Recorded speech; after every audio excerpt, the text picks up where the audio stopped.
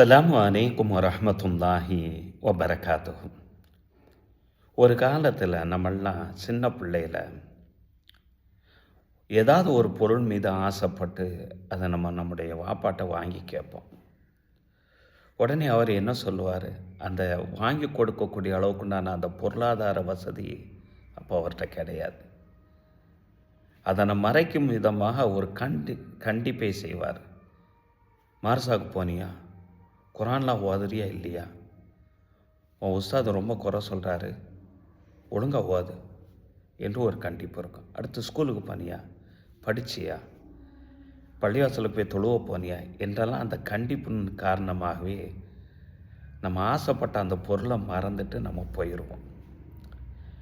ஆனால் அதனுடைய விளைவு எந்த அளவுக்கு உண்டானது என்பதை நபி ஸல்லல்லாஹு அலைஹி வஸல்லம் அவர்கள் ஒரு ஹதீஸின் மூலமாக நம்மளுக்கு சொல்லி தர்றாங்க. இந்த ஹதீஸை புரைதா ரலியல்லாஹு அன்ஹு அவங்க அறிவிப்பாங்க. முஸ்ததரக்க ஹாக்கிமில் இந்த ஹதீஸ் பதிவு செய்யப்படும். சகைகு தர்ஹீப் தர்ஹீபில் இந்த ஹதீஸ் பதிவு செய்யப்பட்டிருக்கும்.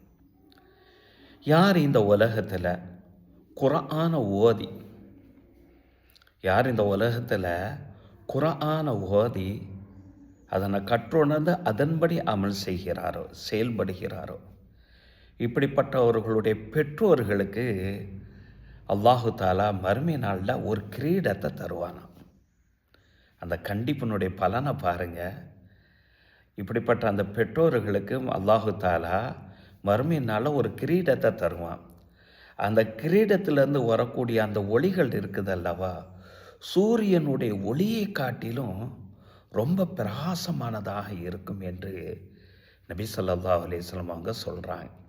கியாமத்து நாளில் எல்லா மக்களுக்கும் முன்னால் அவர்கள் கண்ணியப்படுத்தப்படுவார்கள். இப்படி அடுத்ததாக அவர்களுக்கு 2 ஆடைகள் அணிவிக்கப்படும். அவர்களுடைய பெற்றோர்களான தாய் தந்தையர்களுக்கு 2 விதமான ஆடைகள் அணிவிக்கப்படும்.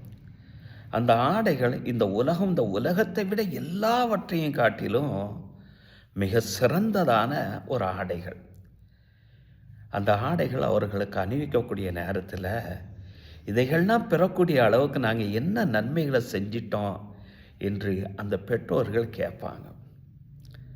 அதுக்கு அல்லாஹ் தாலா சொல்லுவான், உங்களுடைய குழந்தைகளை குர்ஆனை எடுக்க வைத்தீர்கள் அல்லவா, அந்த குர்ஆனை ஓத வைத்தீர்கள் அல்லவா, அதற்குண்டான பலன்தான் இது என்று அந்த நேரத்தில் அந்த பெற்றோர்களுக்கு சொல்லப்படும் என்றார்கள் நபி ஸல்லல்லாஹு அலைஹி வஸல்லம் அவர்கள்.